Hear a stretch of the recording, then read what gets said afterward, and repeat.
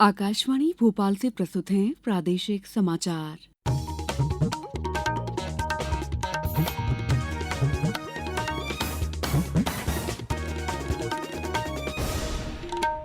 नमस्कार, समाचारों के साथ मैं दीपा सिंह।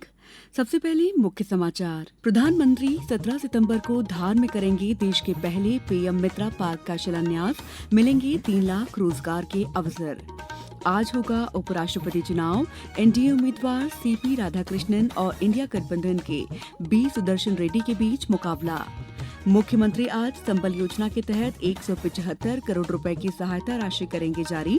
7,000 से अधिक श्रमिक परिवारों को मिलेगा लाभ। और एशिया कप क्रिकेट टूर्नामेंट आज से शुरू। भारत का पहला मैच कल मेजबान संयुक्त अरब अमीरात से होगा। अब समाचार विस्तार से। प्रधानमंत्री नरेंद्र मोदी आज पंजाब और हिमाचल प्रदेश के बाढ़ और आपदा प्रभावित इलाकों का दौरा करेंगे। रेल राज्य मंत्री रवनीत सिंह बिट्टू ने बताया है कि प्रधानमंत्री पंजाब के पठानकोट और गुरदासपुर जाकर हालात की समीक्षा करेंगे। उन्होंने कहा कि केंद्र और राज्य की टीमें नुकसान का आकलन कर रही हैं।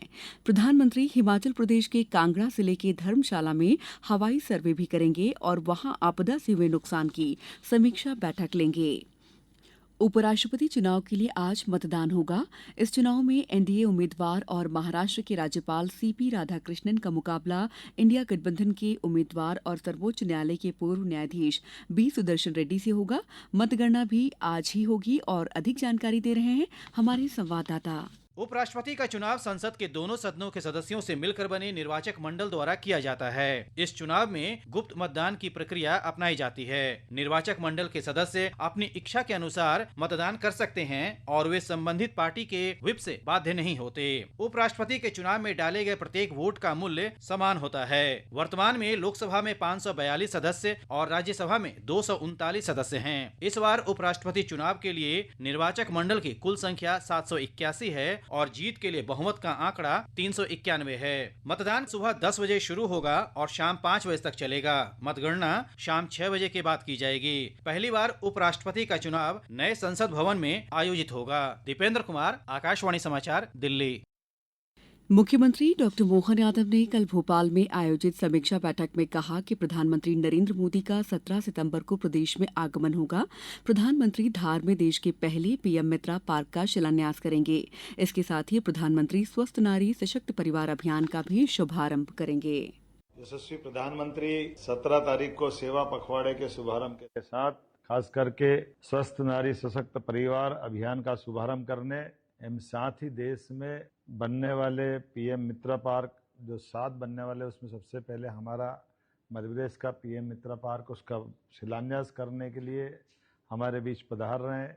श्री यादव ने बताया कि ये पार्क प्रदेश के कपास उत्पादक जिलों धार, झाबुआ, खरगोन, बड़वानी, उज्जैन को बड़ा लाभ देगा।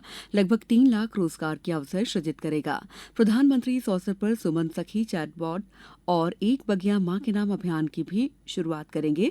मुख्यमंत्री श्री यादव ने बताया कि 17 सितंबर से 2 अक्टूबर तक सेवा पर्व मनाया जाएगा, जिसका शुभारंभ प्रधानमंत्री नरेंद्र मोदी करेंगे और समापन गांधी जयंती पर होगा।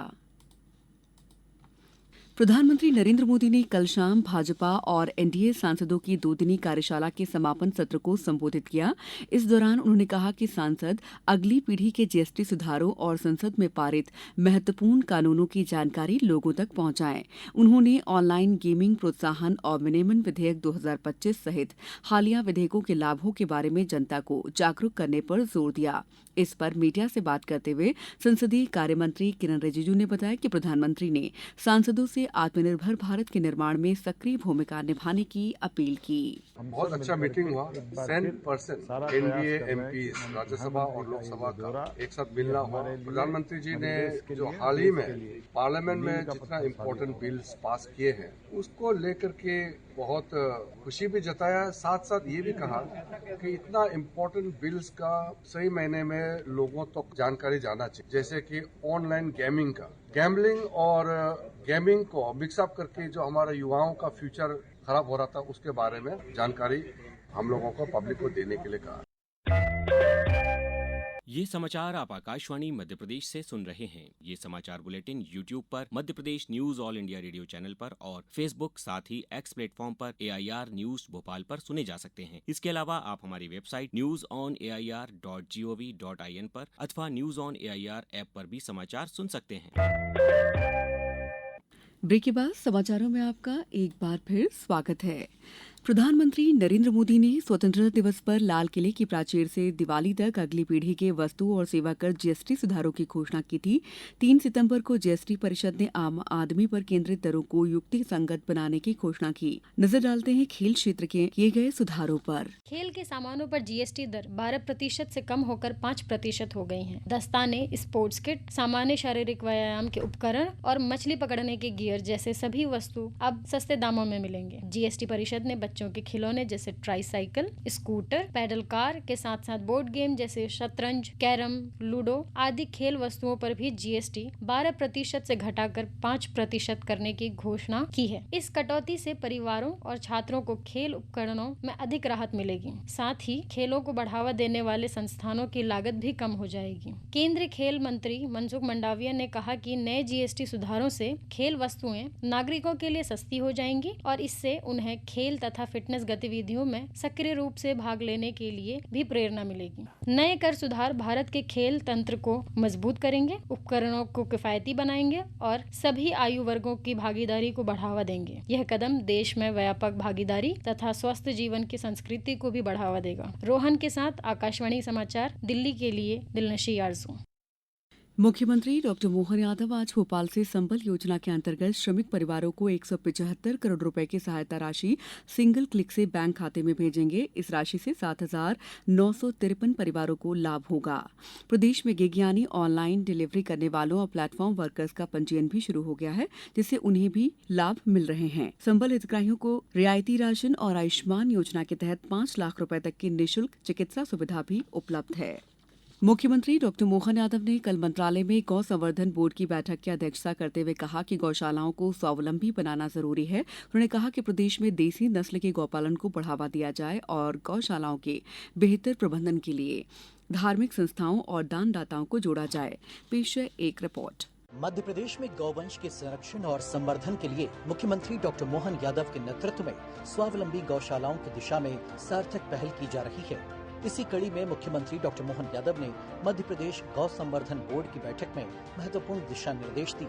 उन्होंने कहा कि राज्य में स्वावलंबी गौशालाओं की स्थापना देसी नस्लों के संरक्षण और गौ आधारित अर्थव्यवस्था को सशक्त बनाया जाए। मुख्यमंत्री जी ने कहा कि गौशालाओं को आत्मनिर्भर इकाई के रूप में विकसित किया जाए। 17वां एशिया कप क्रिकेट टूर्नामेंट आज से संयुक्त अरब अमीरात में शुरू हो रहा है। इस टूर्नामेंट के पहले मैच में आज ग्रुप बी में अबू धाबी के शेख जायद स्टेडियम में अफगानिस्तान और हांगकांग आमने सामने होंगे। मैच भारतीय समय के अनुसार रात 8 बजे से शुरू होगा। भारत का पहला मैच कल ग्रुप ए में मेजबान संयुक्त अरब अमीरात के दुबई इंटरनेशनल क्रिकेट स्टेडियम में होगा। अब कुछ समाचार संक्षेप में। जबलपुर के सेठ गोविंददास जिला चिकित्सालय में विश्व फिजियोथेरेपी दिवस पर फिजियोथेरेपी शिविर का आयोजन किया गया। प्रदेश के ऊर्जा मंत्री और शिवपुरी जिले के प्रभारी मंत्री प्रद्युम्न सिंह तोमर ने कल शिवपुरी के विभिन्न वार्डों का दौरा कर यहां लोगों से चर्चा की और समस्याओं को सुना। मौसम विभाग ने आज से कहीं कहीं बारिश का दौर फिर शुरू होने की संभावना जताई है। भोपाल, राजगढ़, रायसेन, विदिशा, अलीराजपुर, बड़वानी, कटनी, नरसिंहपुर सहित प्रदेश के 30 जिलों में बारिश का औसत स्तर लगभग पूरा हो चुका है। इस बुलेटिन में इतना ही। अगला बुलेटिन दोपहर 2:10 पर। नमस्कार।